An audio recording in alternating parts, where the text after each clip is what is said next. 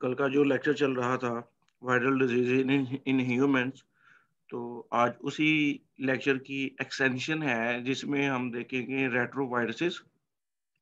और रेट्रोवायरस में स्पेशली जो अहमियत रखता है वो है एड्स। एड्स जो ह्यूमन में काफ़ी खतरनाक हद तक मोहलिक साबित होता है। रेट्रोवायरसेस आरएनए कंटेनिंग वायरसेस को रेट्रोवायरसेस कहा जाता है।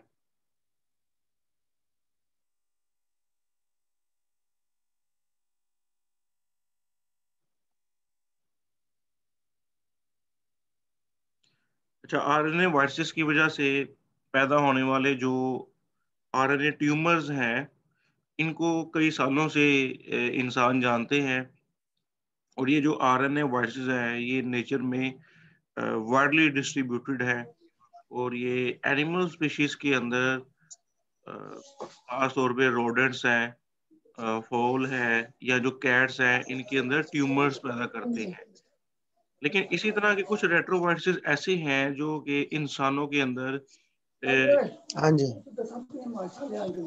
अमीनो डेफिशिएंसी अपने लाके वहाँ syndrome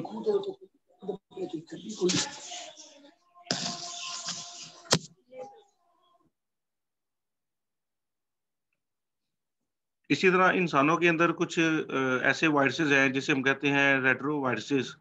human immuno deficiency virus, HIV virus भी कहा जाता है, जो कि इंसानों में एक खास बीमारी इम्यूनिटी की कमी पैदा करती है, जिसे हम कहते हैं acquired immuno deficiency syndrome.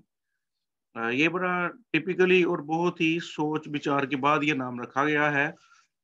Acquired immune deficiency syndrome का मतलब है, एक्वायर्ड मींस के ये जेनेटिक इम्यूनो डेफिशिएंसी नहीं है, ये वायरस से पैदा होने वाली डेफिशिएंसी है, जो कि बाद में ऑनसेट होती है कि वायरस के अटैक के बाद, कि जिसमें ग्रेजुअली बॉडी की इम्यूनिटी कम होती चली जाती है। और बॉडी की इम्यूनिटी कम होने के बाद जो है फिर बॉडी ससेप्टिबल हो जाती है बहुत सी इन्फेक्शंस के लिए। कोई भी अगर इवन के मामूली सा अगर नमूनिया हो जाए, तो वो भी जानलेवा साबित हो सकता है। लिहाजा तो इसी वजह से इसका नाम रखा गया है एक्वायर्ड इम्यून डेफिशिएंसी सिंड्रोम। ये एक ऐसा सिंड्रोम है जिसमें इम्यूनिटी की कमी पैदा होती है, और इम्यूनिटी की कमी पैदा होने से ही बॉडी ससेप्टिबल हो जाती है किसी भी इन्फेक्शन को।